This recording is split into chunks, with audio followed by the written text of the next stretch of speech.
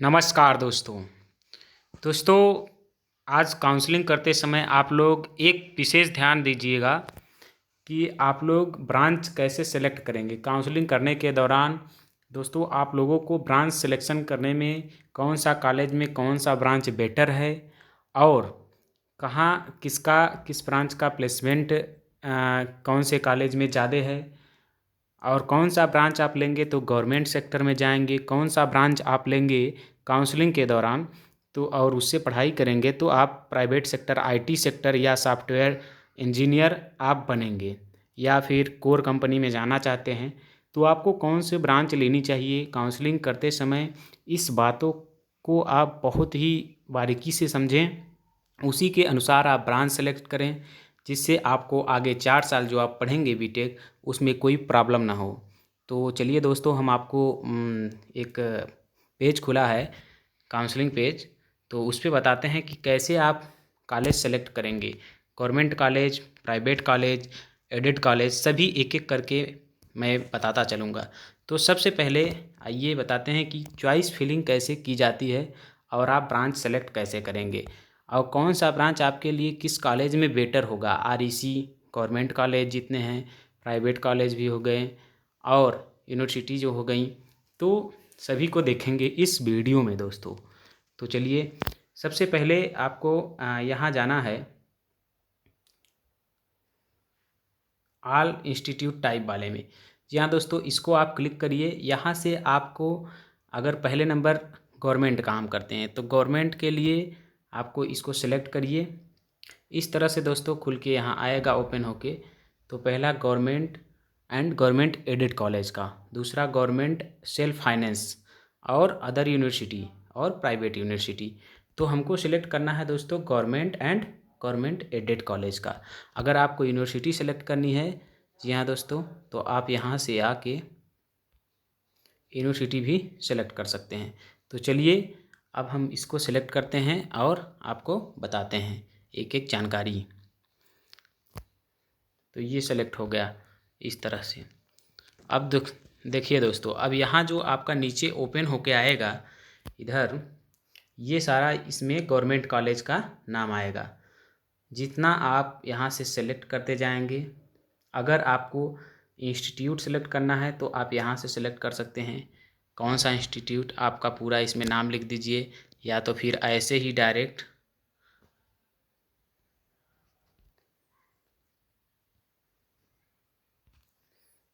Direct करके आप इसको करते जाइए।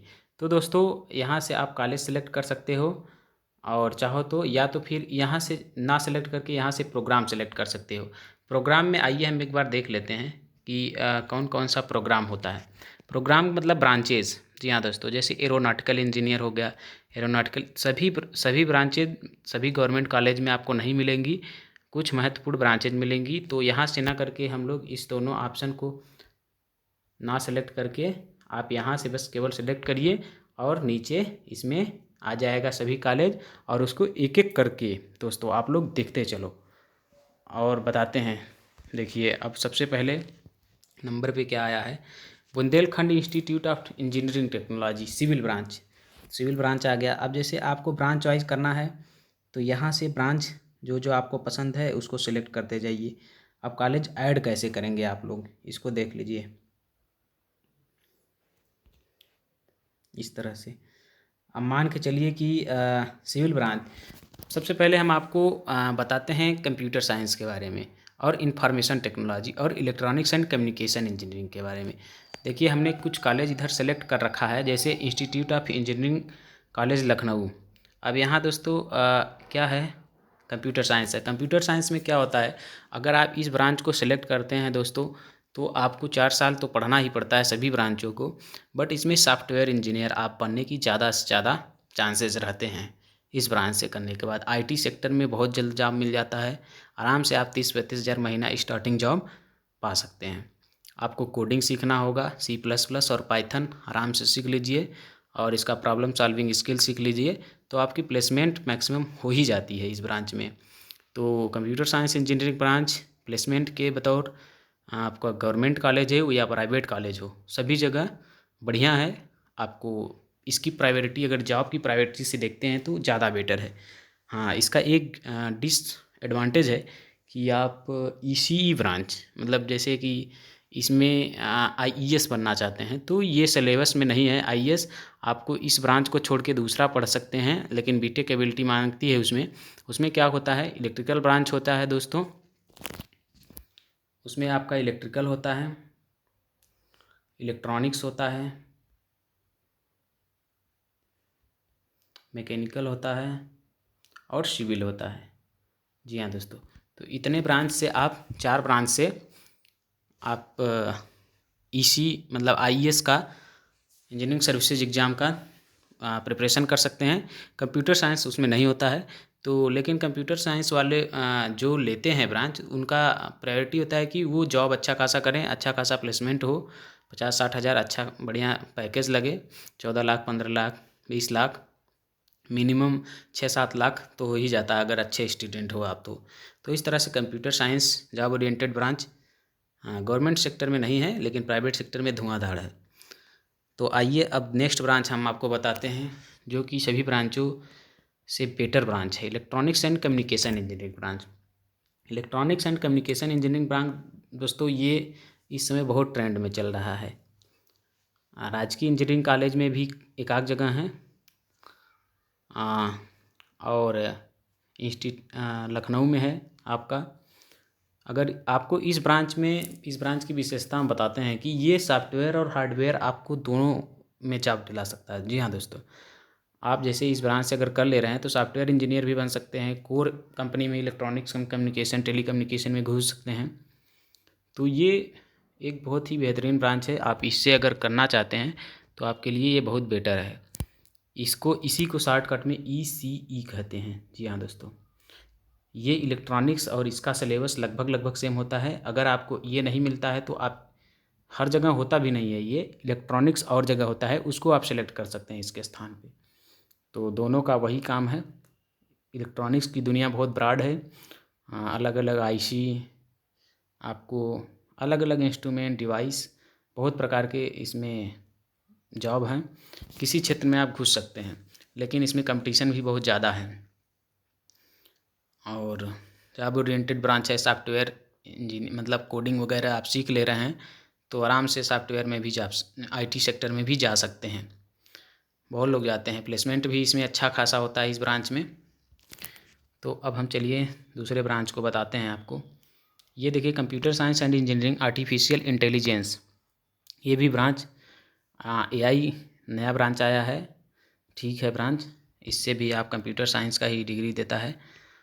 और दोस्तों आपको बता दें इलेक्ट्रिकल इंजीनियरिंग हमने, अब देखिए यहाँ से अब कैसे आप इसको ऐड करते हैं क्लास, इसे इस इधर का जो पोर्शन है इसमें से कॉलेज इसमें आपका ऐड होता जाता है।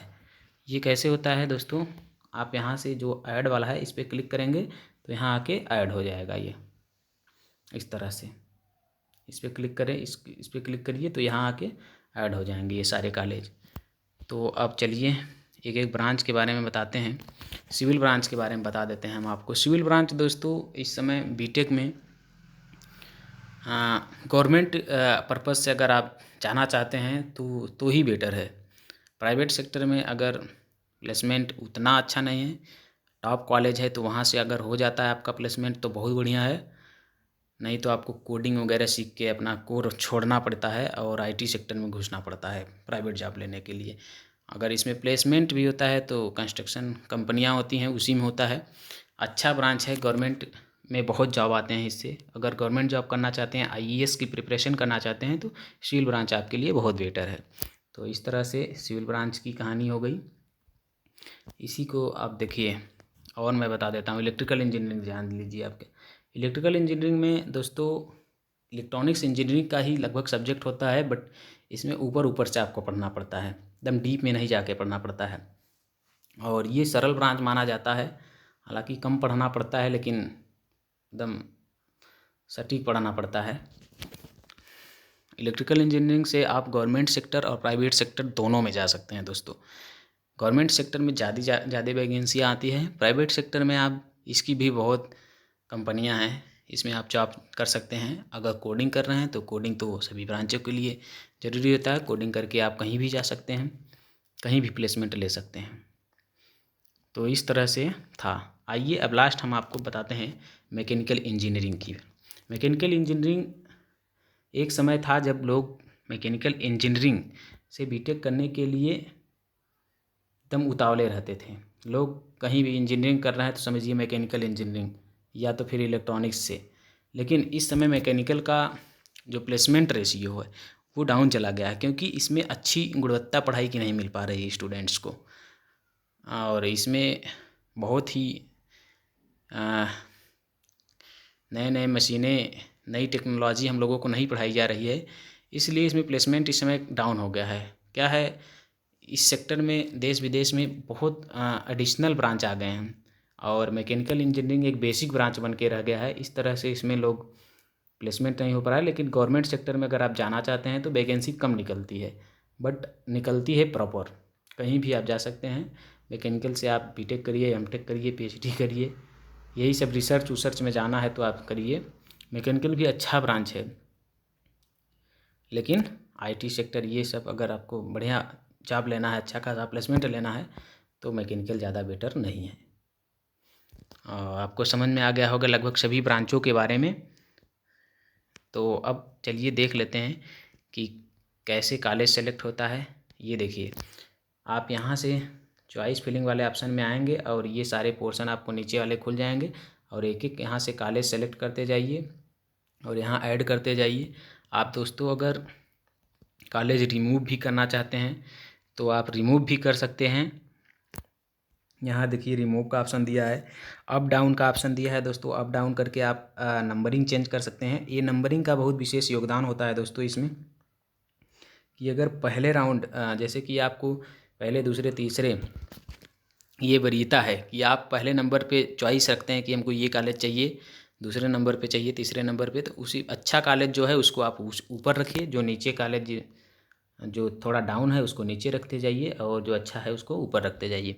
तो इस तरह से आपकी चॉइस फिलिंग और लॉकिंग होती है दोस्तों।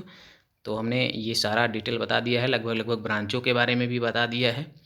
आपको और कोई जानकारी और कोई ब्रांचों के बारे में अगर जानना है तो नीचे कमेंट बॉक्स में ज़रूर लिखें, उसको मैं अवश्य आपको क्लियरफाई करूँगा। तो अब देखिए लास्ट ऑप्शन क्या है कि आप जैसे काउंसलिंग कर लेंगे और कॉलेज सेलेक्ट कर लेंगे, जितने कॉलेज आपको पसंद है। अब देखिए जैसे मैंने टोटल 15 कॉलेज सेलेक्ट कर लीजिए, इसमें हरे वाले बॉक्स में यहाँ दिखाता है। तो अब इसको आप ऐसे ही छोड़ मत दीजिएगा, इसको लॉक करना पड़ता है। यहाँ लॉक करना बहुत इंपॉर्टेंट होता है। यहाँ लॉक चॉइस दिया है, इस पर आप चाहिए, इस पर ऐसे चाहिए। तो ये अभी देखिए ये सेशन एक्सपायर्ड हो गया है, क्योंकि हमने काफ़ी लंबे समय से इसको खोल के रखा था। तो उस पर आप जाएंगे लॉक करने में और वहाँ पासवर्ड मांगेगा, आईडी डालेंगे पासवर्ड अपना और यस बोलेगा, आप यस करके ओके कर देंगे तो लॉक्ड हो जाएगा। अब उसके बाद वेट करिए रिजल्ट का, अलॉटमेंट का। सीट अलॉटमेंट रिजल्ट आता है, उसके बाद अलॉट होगा कॉलेज आपको, नहीं अलॉट होगा उसके बाद फ्रीज फ्लॉट। सारी जानकारियाँ अगले वीडियो में हमारे प्रीवियस वीडियो पढ़े हैं, उसमें सारे आपको जानकारी बताए गए हैं, कैसे फ्रीज होता है, फ्लॉट होता है। संपूर्ण जानकारियाँ आपको इस चैनल पे प्राप्त होते रहते हैं। तो अगर आपको अच्छा ये लगे चैनल तो आप इसको सब्सक्राइब कर लीजिए। धन्यवाद दोस्तों, फिर मिलेंगे नेक्स्ट वीडियो में। Have a nice day, bye bye.